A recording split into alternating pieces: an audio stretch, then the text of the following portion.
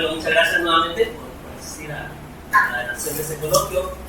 Y continuamos con los invitados oficiales. Ahora, como invitado tenemos al doctor Venezuela, es el investigador de CIMAN, CIMAN Mérida, pues ha sido profesor desde hace más de 25 años en esta institución y bueno, además ha sido director de la Facultad de Matemáticas de la Universidad de Guanajuato, ahora de director general del CIMAN y posteriormente director del CIMAN Mérida. Bueno, pues ya todo el mundo lo conoce, ya es uno de los favoritos, ya sabemos que pues, además de su trayectoria académica y investigativa, ya es muy conocido también, es que es uno de los profesores favoritos de las instituciones y se caracteriza por su solidaridad con la comunidad. Así de sencillas son. Gracias, por favor. Adelante. Gracias. Gracias, Omar. Pues gracias a todos por venir.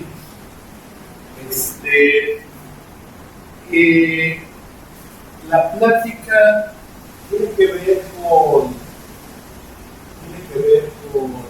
funciones de onda, ¿no? Suena a física, apesta a física, es de física. Las funciones de onda, típicamente, ¿no?, son soluciones de la ecuación de Schrödinger. Esta es la ecuación de Schrödinger. H es un operador que se construye a partir de la energía cinética y la energía potencial que le correspondan al problema con los operadores que le tocan. Las posiciones y los momentos son operadores diferenciales. Por ejemplo, como la posición, pues es multiplicar por la posición. Entonces tiene que ver con eso. El trabajo es un trabajo hecho en colaboración con Sergio Hoffman y con Eduardo Malacar del Instituto de Ciencias Nucleares. Sergio, todos lo recuerdan, estuvo con nosotros de sabático un año aquí en Mérida y dio varios seminarios, dio el coloquio varias veces, 3, 4 coloquios dio y además tuvimos seminarios con él sobre leyes de conservación, relatividad general, geometría diferencial, y en particular las ecuaciones de Maxwell. Entonces, ahora Sergio fue mi maestro en la licenciatura en física, ¿okay? De hecho fue una de las personas que me escribió carta de recomendación para el montón de cartas de recomendación que uno pide para irse a estudiar fuera. Pues Sergio fue una de las 3 personas a las que le pedí carta de recomendación y él estaba en México. Sergio Hoffman estaba en el Instituto de Ciencias Nucleares, donde está Eduardo ahora. Él era profesor del Instituto de Ciencias Nucleares. Fue mi profesor como en 3 o 4 cursos, ¿no? Y de ahí nos conocimos y después él llegó a México después de haber hecho un postdoc en el ICTP de Trieste. Llegó en el 76. Su doctorado es como de 1975 en Princeton. Y ahí en el Instituto de Ciencias Nucleares conoció a otro chileno.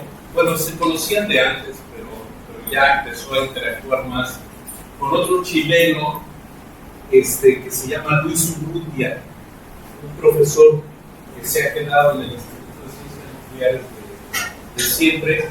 Y Luis Urrutia fue alumno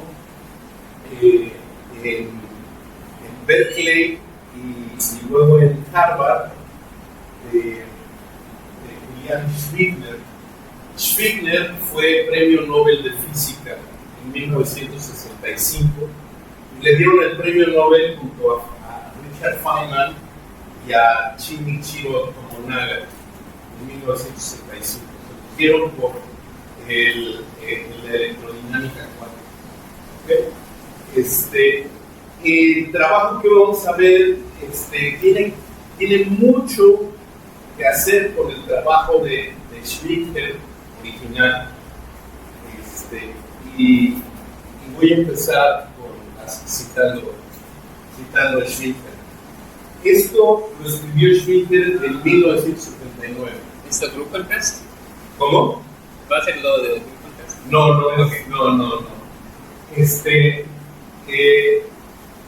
No sé si leérselos en inglés o en español.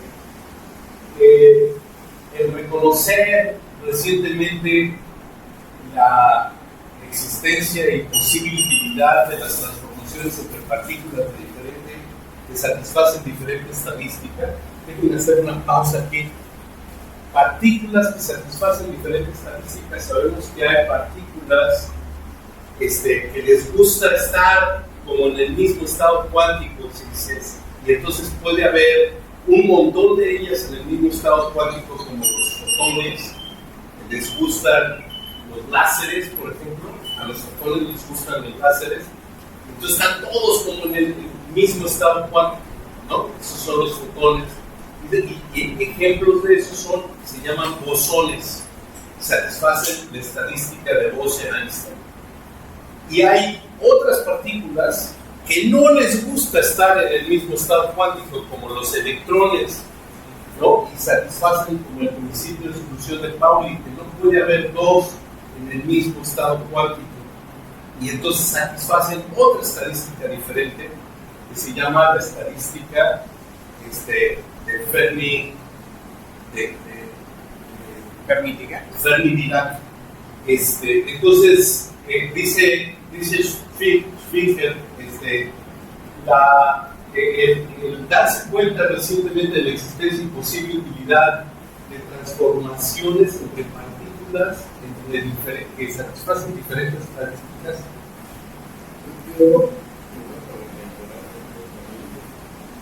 La estadística es un modelo de la estadística de Fermi-Dirac o la estadística de Bose-Einstein para las partículas. ¿Qué es la estadística?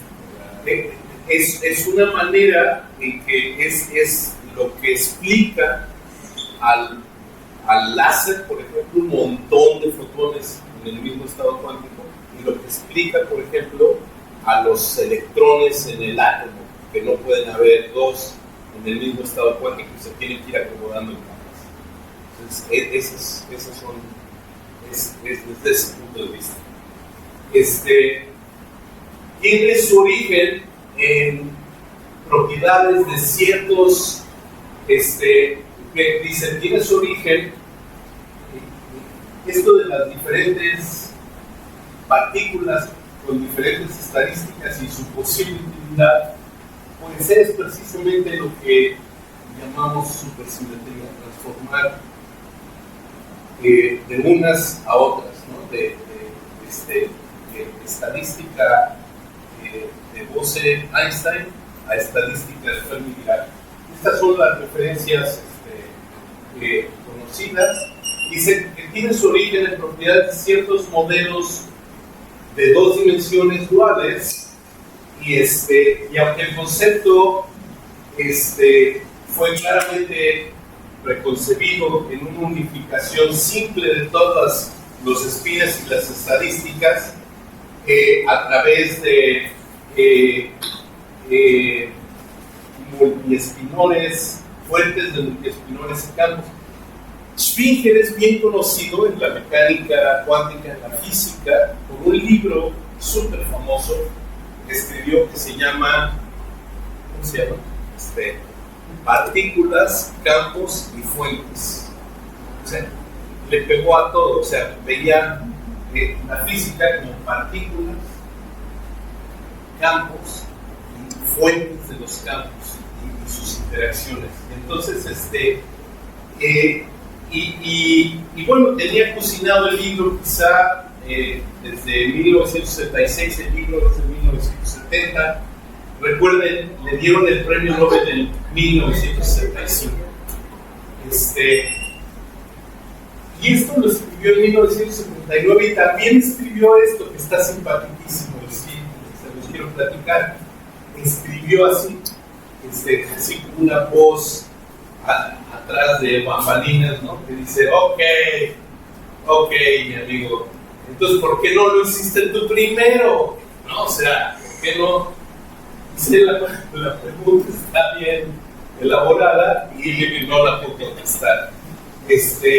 Y hay un artículo relevante de Hadamard que se llama La psicología de la intención en matemática, en el campo de la matemática, y está publicado por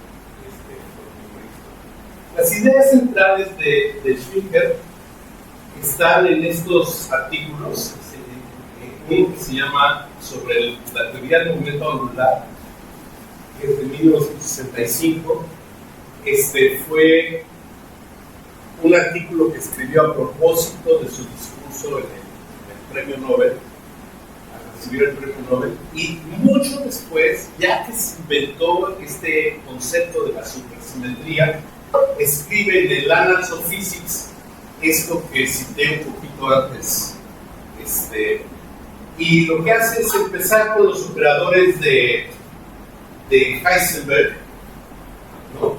El álgebra de Lie de Heisenberg, que se llaman en el argot de los físicos los operadores que suben y bajan, que suben y bajan en valores del momento angular, que suben y bajan en valores en general y satisfacen las relaciones de conmutación del álgebra de Lie de Heisenberg. Ahorita lo voy a escribir. Pero con ellos, con esos operadores de subir y bajar, construye expresiones cuadráticas con los que construye otros operadores, ¿no?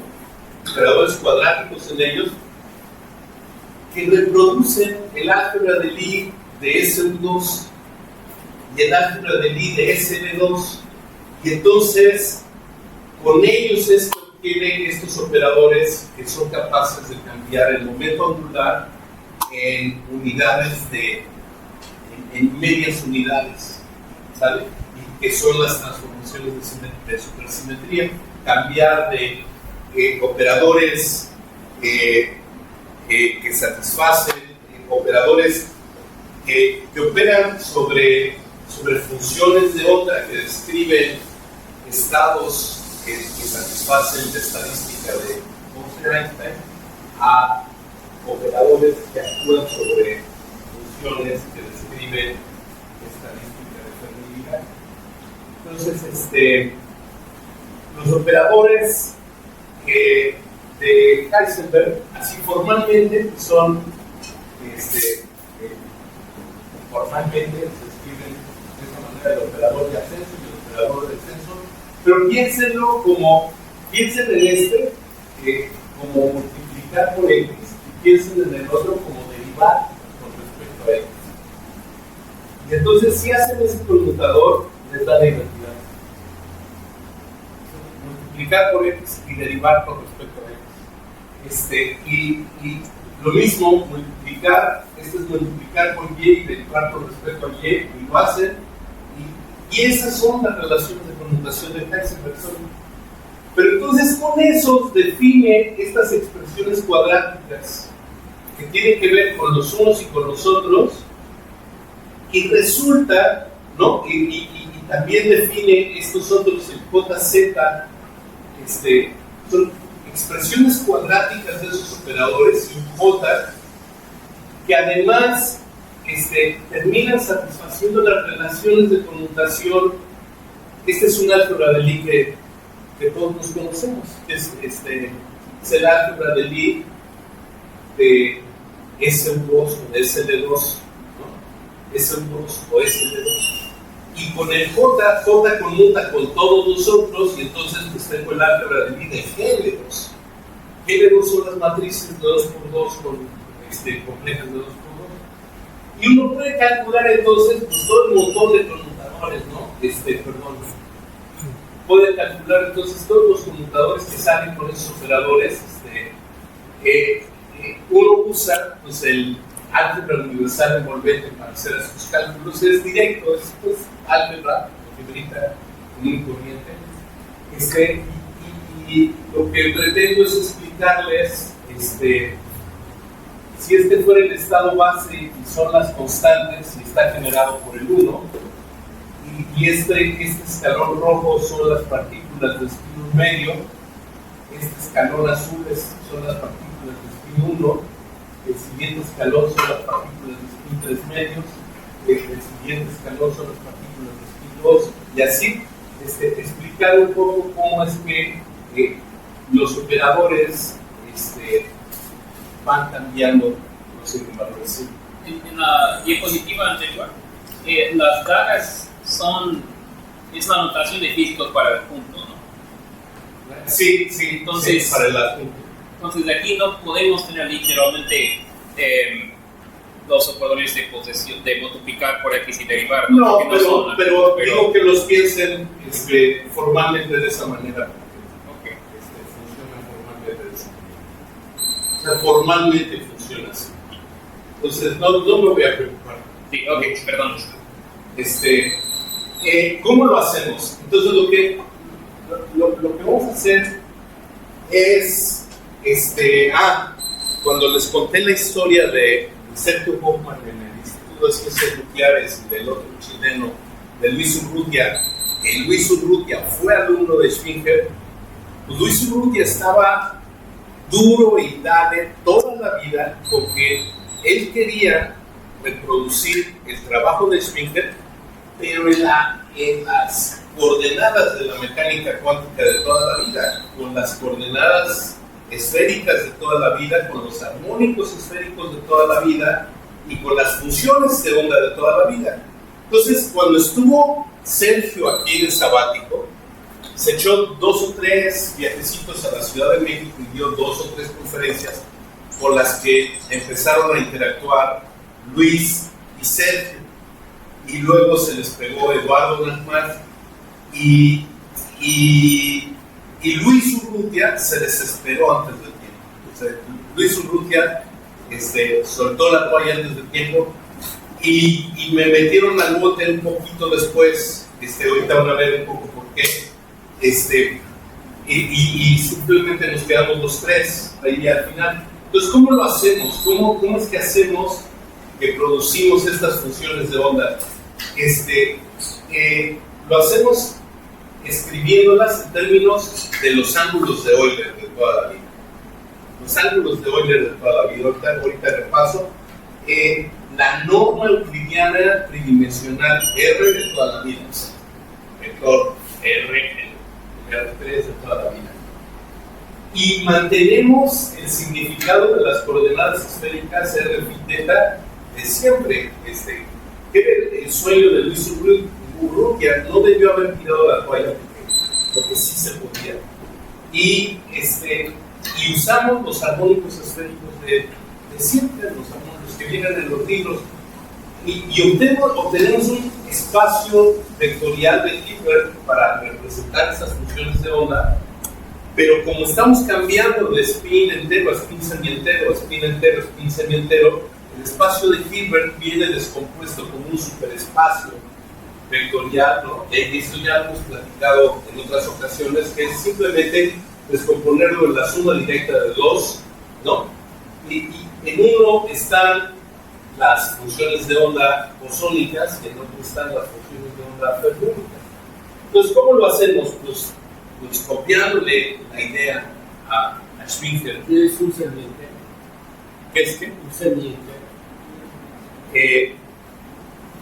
1 medio, 3 medios, 5 medios, 2K más 1 sobre 2, con K entero.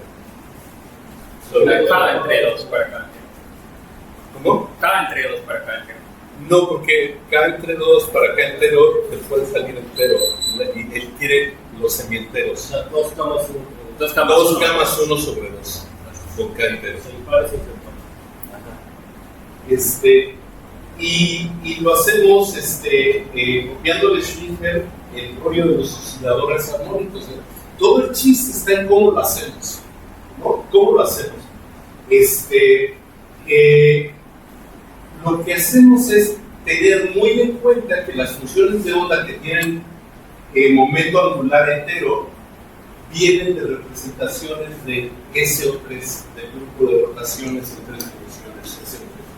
Mientras que las funciones de onda que tienen momento angular semientero vienen de representaciones del grupo SU2. Y SU2 y SU3 se parecen un montonal, pero no son lo mismo. La topología importa. La topología importa mucho, ¿no? Y hay un doble cubriente de SU2 a SU3, que es el que cuando uno tiene representaciones de SU2, pues algunas de esas representaciones hacen que una matriz sea igual a su negativa y otras representaciones no tienen esa propiedad. En cambio, todas las de SO3 sí tienen esa propiedad. SU2, A y menos A en SU2 se van al mismo lugar a SO3. Entonces, esas se representan de la misma manera bajo SO3. Y ese es el rollo. Entonces, para tener en cuenta la topología, usamos el map de Hurwitz, que es una transformación de R4 a R3, y rescatamos un viejo artículo por ahí, viejo, de 1991, que intentó hacerlo para la física, pero como que le faltó este detallito de ver bien cómo está este map de SU2 a SU3, ¿no? Yo creo que, o sea, mi así granito de sal al problema de esta gente que era súper artesanal viene solamente de eso, de decir, ¿sabes? Era sencillo. Bueno, es sencillo, pero entonces se puede reconsiderar este map de R4 a R3 como un difiomorfismo local, de C2 a R4. O sea, en lugar de ver R4 el dominio, lo veo como C2. Es lo mismo, misma gata, no más que revolcada, ¿sale? Pero en lugar de irme a R3, pienso que me voy a R4 y me voy a estas coordenadas, a R y los tres ángulos de Euler. Y ahorita van a ver cómo. Y de hecho, H se vuelve entonces 2 a 1, se integra doble cubriente de SO2 a SO3, se integra de esta manera. Es el grupo multiplicativo de los números reales por SO2 se va al grupo multiplicativo de los números reales por SO3. El map de Hurwitz, que va de R4 a R3, está dado de esta manera. Fíjense, hay 4 U's y 3 X. Está claro, ¿no? Es un map de R4 a R3. Se puede ver, ¿no? Uno calcula X1 al cuadrado, X2 al cuadrado, X3 al cuadrado, lo calcula uno directamente de lo que es, y resulta que es 1 al cuadrado, 2 al cuadrado, 3 al cuadrado, 4 al cuadrado. Entonces, es inmediato darse cuenta que este map manda 3 esferas centradas en el origen de R4 a 2 esferas centradas en el origen de R3. Razón muy boba. El map de Hopf de S3 a S2 es el caso especial en que R y R valen 1, ¿no? Pero y solamente habría que poner esos valores. Pero el map de Hurwitz, así como está de R4 a R3, lo puedo, como dije, voy a pensar R4 como C2, como los completos, crudos complejos. Entonces, con las 4 componentes reales, construyo 2 complejos, U1 más U2, U3 más U4, y entonces se puede escribir el map de Hurwitz de esa manera muy sencilla: 2 veces la parte real de este número complejo, 2 veces la parte imaginaria de este número complejo, y X3 este otro. Un posible grupo de simetría asociado al map de Hurwitz es ahorita explico con más detalle, cuya componente conexa con la identidad es isomorfa al producto del grupo multiplicativo de los números reales y SU2. El grupo multiplicativo de los números reales actúa cambiando los radios de las esferas, ¿no? Cambia los radios de las esferas. Y SU2 no es otra cosa más que los cuaternios unitarios.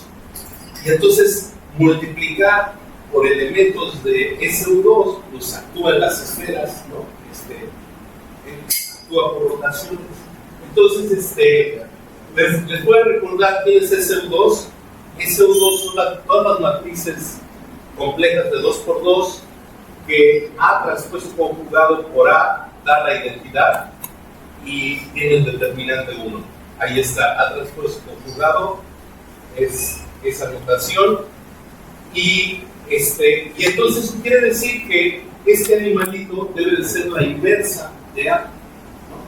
Pues ¿cómo se calcula la inversa de una matriz de 2×2? Pues la inversa de una matriz de 2×2 la calcula uno del determinante por la adjunta esta de Kramer, y eso tendría que ser igual a la respuesta conjugada, ¿no? Tendría que ser igual. Pero además el determinante tiene que ser 1. Entonces se cepillan de aquí y leen lo que queda. Está muy sencillo. Entonces se trata de matrices de 2×2 que tienen que satisfacen estas condiciones, y el determinante satisface esto. Lo voy a volver a escribir. Ahí está, vuelto a escribir, pero ya con esta notación solo son 2 números complejos cuyas módulos al cuadrado sumados dan 1. Entonces está clarísimo que se trata de la 3 esfera, ¿no? Se trata de la 3 esfera.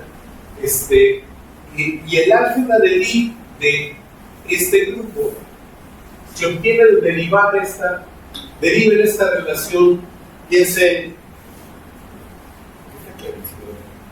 ¿Cómo? ¿Por qué está clarísimo? ¿Por qué? Que sea S3. Que sea S3 porque tienes 2 números complejos. 2 números complejos cuyos módulos al cuadrado sumados dan 1. Sí está clarísimo. Okay. Entonces ahora el álgebra de Lie, pues piensan en curvas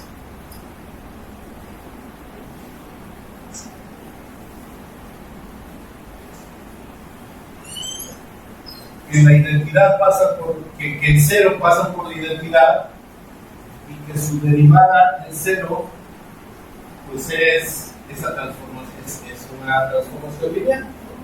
Su derivada en 0 es una transformación lineal. Entonces derivan esa relación y queda x más x transpuesto conjugado igual a 0, y la condición determinante igual a 1 se convierte en la condición que la traza hacia 0. Entonces, pues ese es el álgebra de Lie.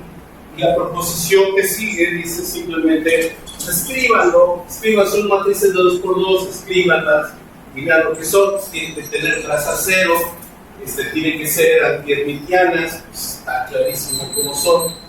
Y entonces se puede identificar con R3. Perdón, aquí hubo un error de copy and paste, debe ser un R3 aquí, X y Z en R3. Entonces observen además que el determinante de la X es X cuadrado más Y cuadrado más Z cuadrado. Directamente, ¿no? Si calculan el determinante, les queda un Y cuadrada que da -1, y luego calculan el determinante de lo de adentro, queda menos Z cuadrada menos por su conjugado, que es Entonces, X queda muy bonito, muy limpio, muy nítido. Y una base conveniente para SU2 son las matrices de Pauli de toda la vida y satisfacen estas relaciones de conmutación que reproducen pues, el álgebra de Lie de SU2. Entonces, recordamos que el álgebra de Lie es eso, SU2 es esto, y ahora para cada elemento de SU2, para cada elemento de este grupo, puedo hacer este sándwich con X en el álgebra de Lie, que es A, X por A transpuesto conjugado. Y eso define un map de álgebra de Lie en el álgebra de Lie, porque si calculan el transpuesto conjugado de van a ver que es menos ese mismo, ¿no? Por culpa de que X transpuesto conjugado es menos el mismo. Y es fácil ver que la traza sigue siendo 0, porque la traza se conserva. Y entonces, esta transformación preserva el determinante, y es la razón muy boba de que el determinante de esto, el determinante se preserva porque A estrella A es 1, ¿no? Entonces, esta transformación define una rotación de R3. ¿Sí? Define una transformación de R3. Y entonces, y además es un morfismo, ¿no? Ese es el morfismo, el doble pendiente que estaba ahí, de SU2 a SU3.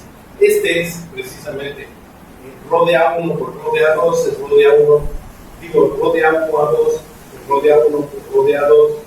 Y ese es el morfismo. Los topólogos lo encapsulan diciendo que esa asociación es exacta, lo que quiere decir que el kernel en cada etapa es igual a la imagen de la etapa siguiente. Entonces, vuelvo a escribir el álgebra de Lie, y ahora voy a tomar una A particular de SU2. Esa claramente está en SU2. Y entonces hago el sándwich que digo que hay que hacer, y el sándwich tiene una interpretación clarísima. Se queda fija la Z,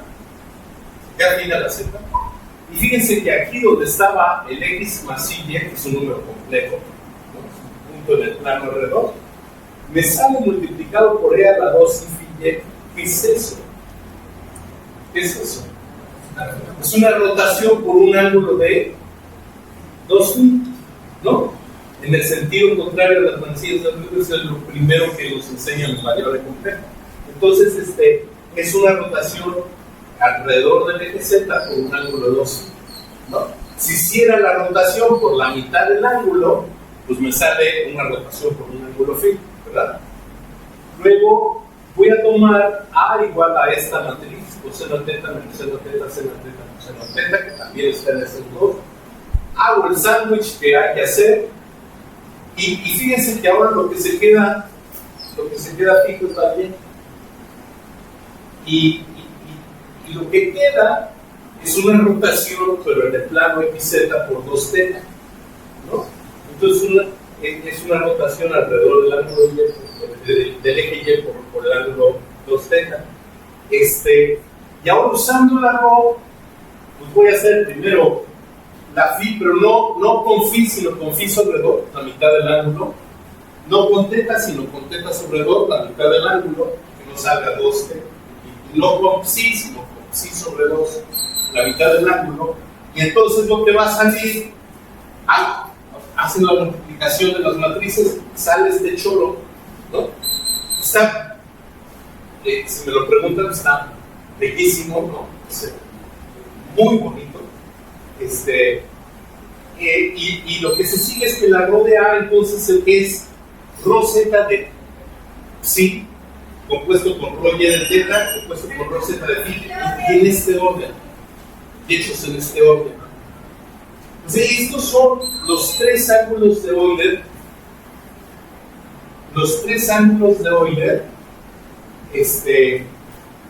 que definen a una rotación de R3. Esto me lo saqué de la wiki, nada más que no tiene los nombres que yo quiero. La Wikipedia le llama alfa, beta y gamma. Alfa, psi, beta, teta y gamma, psi.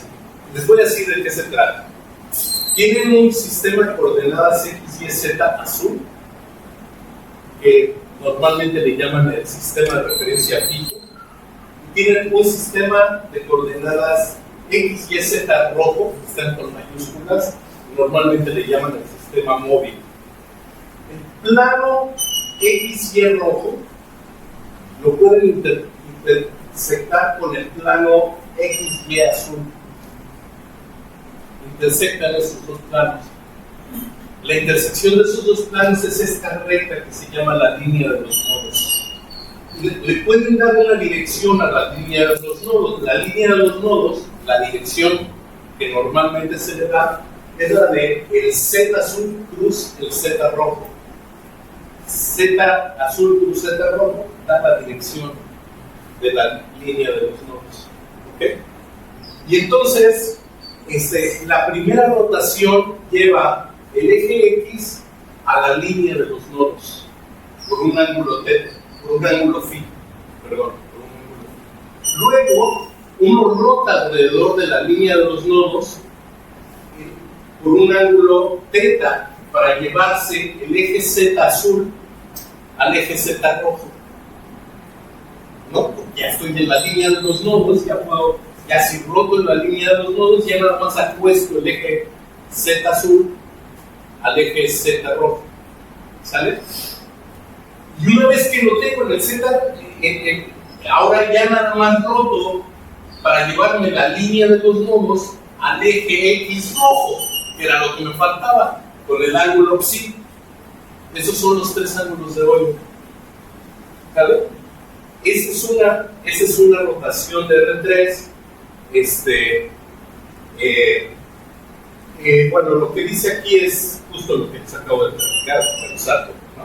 Ya se los platiqué de la figura. Ahora, el map de Hurwitz, en términos de R y teta, fíjense, voy a despejar, voy a escribir Z1 y Z2 en términos de R phi teta, R phi teta y psi. Tengo el grupo G y voy a agarrar un G escogiendo la R de tal forma que sea raíz de R chiquita que esté en el grupo multiplicativo de los números reales positivos, y lo escribo pues multiplicando y dividiendo las entradas por la raíz, ¿sale? Multiplico y divido las entradas. Pero entonces, de tal forma que que está aquí adentro ya se me quede en SU2, ¿sale? Si se me queda en SU2, lo puedo escribir como las matrices de SU2. Entonces, si lo escribo como las matrices de SU2, ¿se acuerdan qué bonito me había quedado las matrices de SU2? En términos de psi, phi y teta. Pero entonces ahora ya puedo despejar Z1 y Z2 en términos de R también. Entonces, ya están Z1 y Z2 en términos de las cuatro variables. Ese es el diffeomorfismo local que les platicaba, que venía de C2, los complejos, a R4, lo que obtienen con R, phi, teta, psi. Y se acuerdan cómo estaban definidos X1, X2 y X3 para el map de Hurwitz en términos de Z1 y Z2. Estaban definidos así. ¿Se acuerdan? La parte real, la parte imaginaria, la cosita esta, ¿se acuerdan? ¿No? La parte real de Z1, Z2 conjugado, la parte imaginaria de Z1, Z2 conjugado, y el cloro. Pues si lo escriben en términos de esto, voilà. O sea, chidísimo, es artesanal completamente. Por eso digo, Luis Urrutia soltó el arpa antes del tiempo. O sea, el sueño que traía desde su época de estudiante de doctorado, estaba ahí. No voy a hacer una bacanería, no se ofendan, si es caca la pisas, ¿no? O sea, no existe esta expresión que ahí estaba. Y ahora queremos mirar el grupo para hacer ahora algo de la teoría del Lee que viene con el grupo. De hecho, este grupo es conexo, ¿no? De hecho, este grupo, así como está, es conexo. ¿Sí? Y lo que quiero, de todos modos, es la componente de la identidad, solo por curarme en salud. Pero el álgebra de Lie, entonces, son los múltiplos de la identidad y es el 2, y su complejificación son todas las matrices complejas de 2 por 2.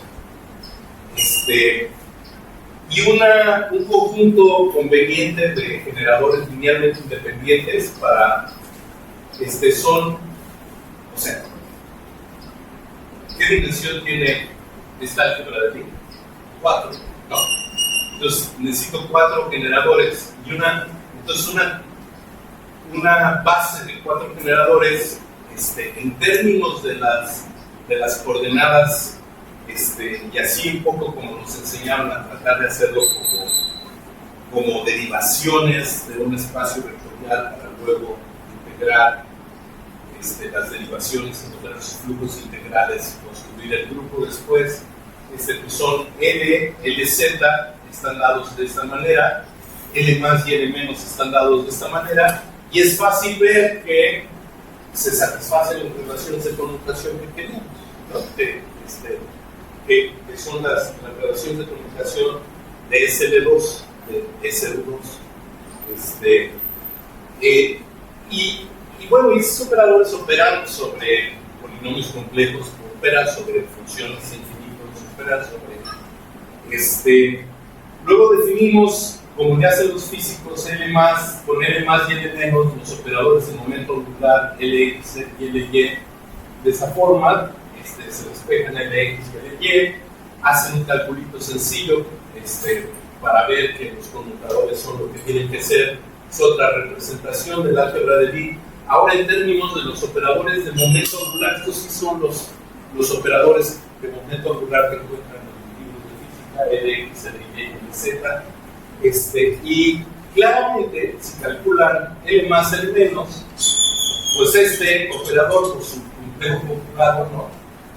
Les va a salir el cuadrado primero, el cuadrado segundo, y luego les queda corchete de Lie por ahí, que calculan con sale esto, despejan, completan el cuadrado, despejan, y luego hacen un calculito a partir.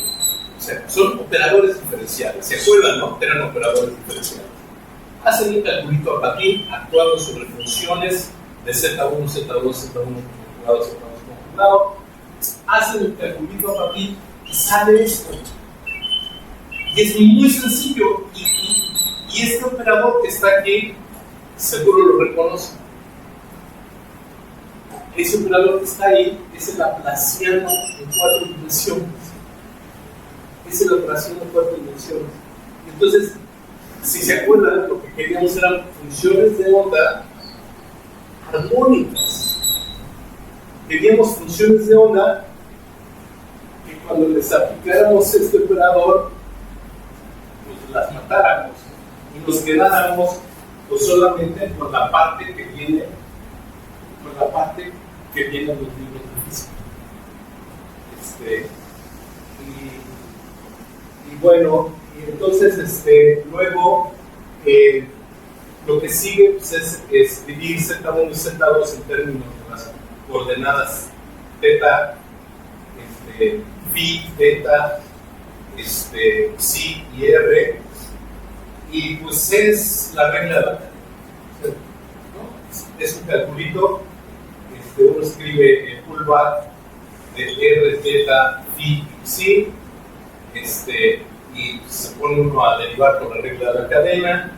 Con la regla de la cadena uno encuentra los operadores explícitamente, los operadores de parcial Z1, parcial Z2, parcial Z1 barra, parcial Z2 barra. ¿Se acuerdan que ya teníamos Z1 y Z2? Entonces también teníamos Z1 barra, Z2 barra. Entonces tenemos todos los operadores y luego uno se pone a ver qué son los operadores del momento angular. Y los operadores del momento angular son lo que está en todos los libros, y salvo por el parcial con respecto a psi que está saliendo aquí, también son los operadores que vienen en los libros de física que se terminan hasta aquí, con las coordenadas esféricas de R3, ¿no? Las R, θ y phi. No vienen en términos de psi, no aparece psi.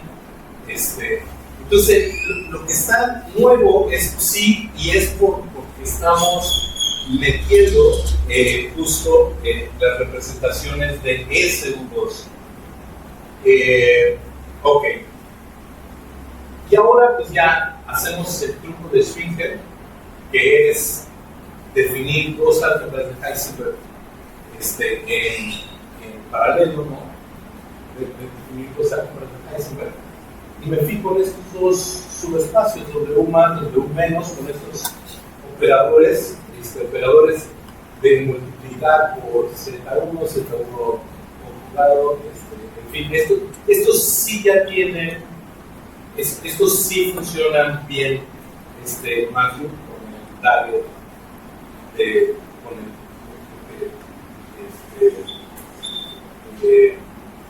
están hechos para eso.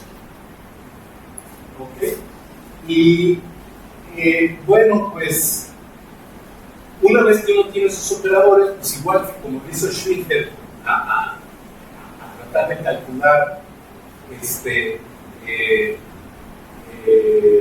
todos los corchetes de Lie de todos con todos, pues uno calcula los corchetes de Lie de todos con todos. Se da uno cuenta que las J son un ideal en esta álgebra de Lie grandota. Entonces, ¿qué álgebra de Lie es? Es una álgebra de Lie que tiene los 4 generadores de las matrices de 2×2, más los 8 generadores que están ahí. ¿Sí? Los 8 generadores. Y la transformación identidad, que es lo que resulta cuando uno hace las álgebras de Heisenberg. Esto es más grande que el álgebra universal en el momento de SU2. Y esto sí es más grande que el álgebra universal. Estos puntas no están en el álgebra. No. Hay que meterlos con la manita, así. Hay que meterlos con la manita. Entonces, pues uno se da cuenta que los subespacios son representaciones irreducibles bidimensionales de N2. Se da uno cuenta a qué valores corresponden. Tiene uno esas dos álgebras de Heisenberg de dimensión 5, ¿no? Que se queda el operador identidad ahí volando. Y una posible correspondencia con los operadores de Schwinger sería esta. Hay otras correspondencias. Tenemos la correspondencia. Pero también se puede evitar el operador identidad. O sea, uno está haciendo las álgebras de Heisenberg, H más y H menos con un PDFC, pero uno puede olvidarse de ese operador identidad que está ahí, quedarse con N2 y los dos espacios cicléticos, y entonces esto se vuelve una superálgebra de Lie. Este es el álgebra de Lie, y esta es la parte impar del álgebra de Lie. Esto también hemos platicado antes. Este tipo de estructuras algebraicas, y aquí toda la cosa es que ¿Cómo es la estructura algebraica? Son los corchetes de siempre de GD2 con los elementos de W más, con los elementos de W menos, pero ahora W más y W menos, en lugar de tomar corchetes, tomamos anticonmutadores. Tomamos anticonmutadores de estos operadores y van a tomar valores aquí. Pero como se trata de representaciones irreducibles de GN2 de dimensión 2, resulta que todos los anticonmutadores se anulan. Ese es un trabajito que hicimos Gil Salgado y yo por allá en la prehistoria, en 2011. Escribimos todas las superálgebras de Lie que pudieran hacerse sobre GD2, calculamos todas las posibilidades y resulta, pues, que este es un caso especial, y entonces sabíamos a priori que los anticonmutadores que resultaban, porque se tratan de espacios irreducibles de dimensión 2, pues iban a morir, se murieron todos. ¿Okay? Entonces, pues bueno, pues ya quedó el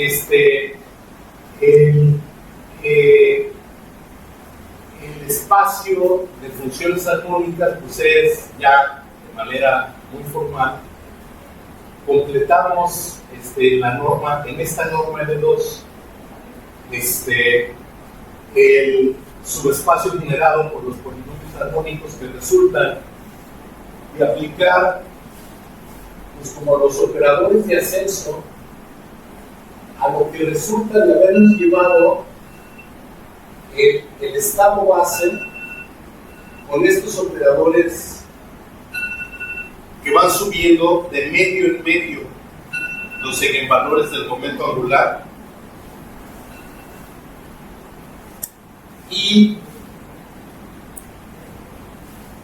igual con estos y un operador más. Estos son los que corresponden a las partículas de spin semientero. Estas corresponden a las partículas de spin entero y a las partículas de spin semientero. Y todo lo que resulta se puede explicar en términos del teorema del peso máximo. Las expresiones son las de toda la vida. Los polinomios, se trata de polinomios de esta forma, son claramente armónicos. Todos los monomios estos satisfacen el Laplaciano igual a 0, y ya está, ¿vale? Ya me sonó el despertador. Entonces, yo creo que es un lugar donde se le puede parar. Lo que tenía unos cálculos explícitos donde calculo, por ejemplo, la representación espinorial para spin medio y la representación de spin 1, y hago ver que la representación de spin 1 son los armónicos esféricos de toda la vida. Entonces el cálculo es, no sé si está ahí.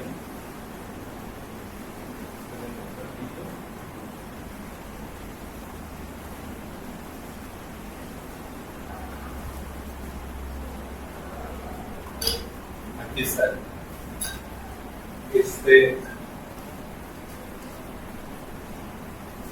Calculo los estados que corresponden al valor, el valor del momento angular 1, el componente del z del momento angular 0, el valor del momento angular 1, componente del z del momento angular menos 1, y salvo por una constante, son los armónicos esféricos, pero sale por eso. Bueno, gracias.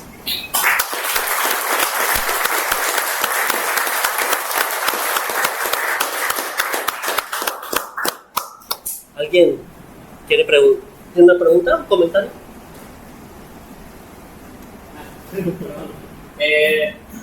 Pues, ok, lo que voy a decir podría ser basura completa, pero estaba pensando en cómo aquí tienes, entre todos los operadores que están actuando, tienes el álgebra de SU2 y también tienes como álgebra de Heisenberg. ¿Cuál es el grupo más grande que está actuando aquí? Puedes realizarlo como un producto semidirecto de SU2 con el grupo de Heisenberg. Sí. Esto me recuerda mucho a, ¿cómo se llaman? Se llaman representación de Oslo o algo así. O cuando tienes el producto semidirecto del grupo multipléctico con el grupo de Heisenberg que están actuando sobre... Eso es justo este rollo que hizo Roger Hauck de tratar de construir estas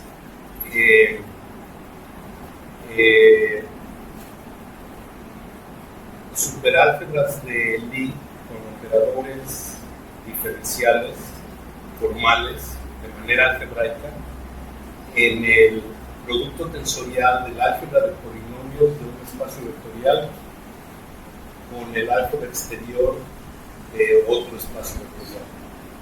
Y entonces usa los operadores de multiplicar en el espacio de polinomios y derivar en el espacio de polinomios, de multiplicar exteriormente en el álgebra exterior y de derivar en el álgebra exterior, y combina las dos cosas. Le sale un operador de Dirac que está dado por multiplicar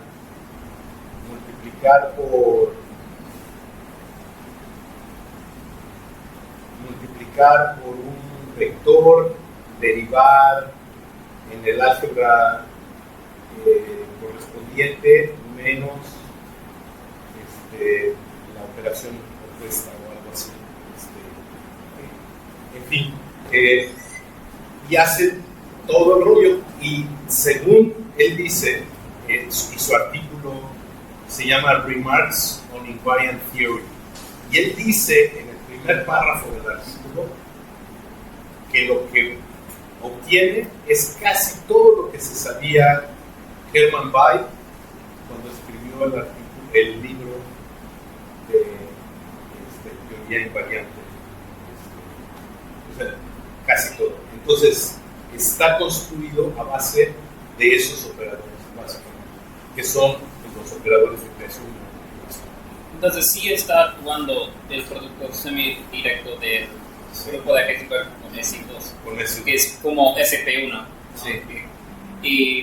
Pero es, pues, usualmente lo que, con eso de la representación metaplética y todo eso, tienes como el doble recubridor de SPNR, ¿no?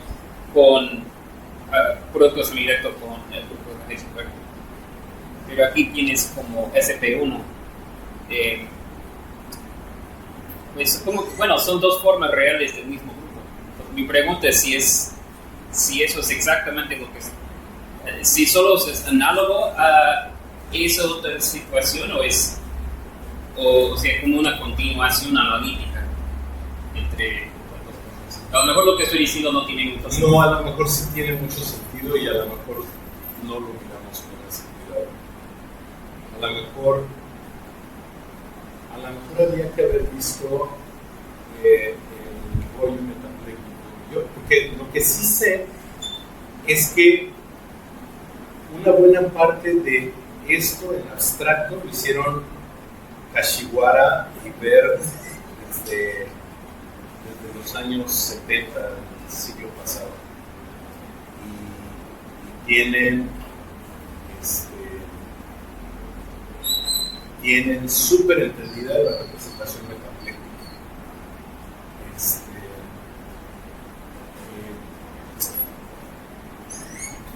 Puede ser que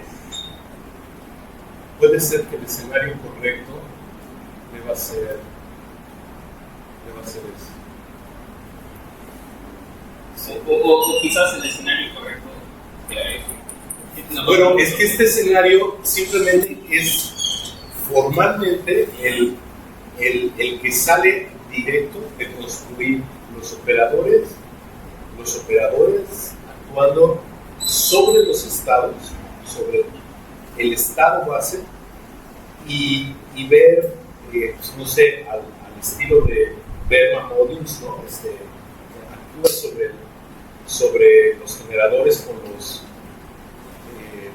actúa sobre la base con los generadores, pues lo que te queda, eso. Y lo que queda, pues es lo que estaba en la transparencia.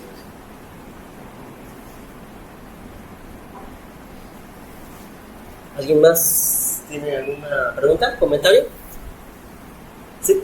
Para los que no entendemos como yo, estos resultados, ¿le podrías explicar a alguien que no entiende como una interpretación? La interpretación física de los resultados. Sí.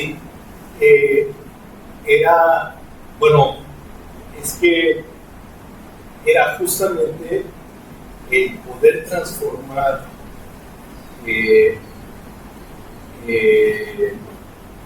estados, ¿no? Funciones de estas que describen bosones en funciones de esas que describen dentro de bosones fermiones y viceversa.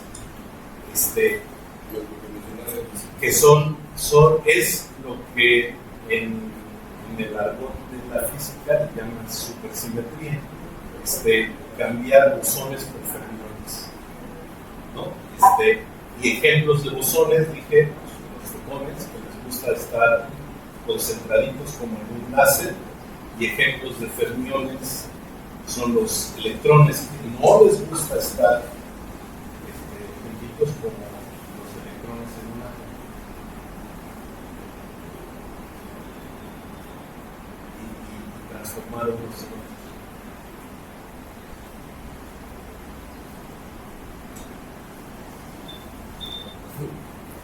Perdón. Sí. Sí, bueno, pues mi pregunta es más puntual esta vez. ¿Qué es lo que no tenía Schwinger que estaba buscando Luis Ortega? Eso es lo que no entendí, que Schwinger se quedó a nivel de tener un álgebra de Lie, todos los conmutadores que escribía Lie a lo bestia, esos los tiene Schwinger. De una forma o de otra están o se deducen de lo que tiene escrito Schwinger. Las funciones de onda de Schwinger simplemente no son cosas que se escriban en términos de las coordenadas de R. O sea, simplemente no hay manera de que tú aterrices a R3. y entonces es mucho más explícito. Eso aterriza en R3 directamente. O sea, las funciones de onda dependen de R, teta, phi y psi. Y la psi aparece siempre como E a la I psi sobre 2. Y entonces un gauge transformation la puede quitar.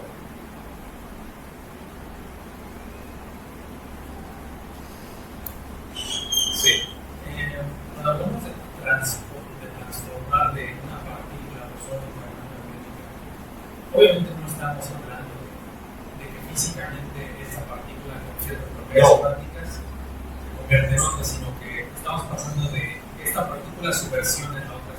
Una función de onda que tiene el comportamiento de esa partícula, la transformas en una función de onda que tiene el comportamiento de la otra. Y la nueva corresponde a otra partícula. Y la nueva corresponde a otra, sí. Partículas que probablemente no se conocen.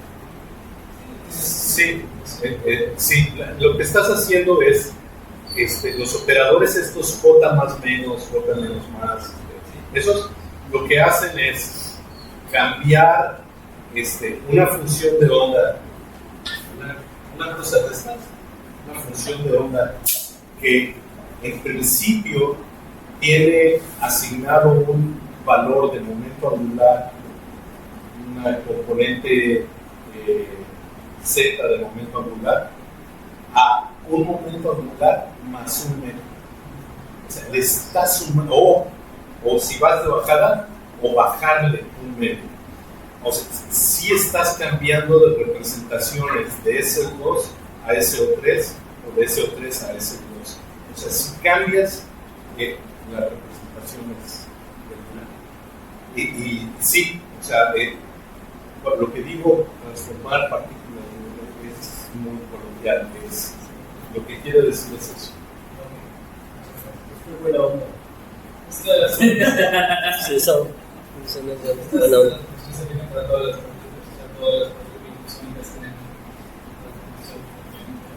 Ese es el espacio, o sea, la razón por la que nos escribimos así fue, pues mira, tienes todo el espacio de todas las representaciones bosónicas y le estás poniendo todas las fermiónicas, y ahora estás superponiendo los dos dibujitos y te puedes mover en los dibujitos superpuestos de uno en otro.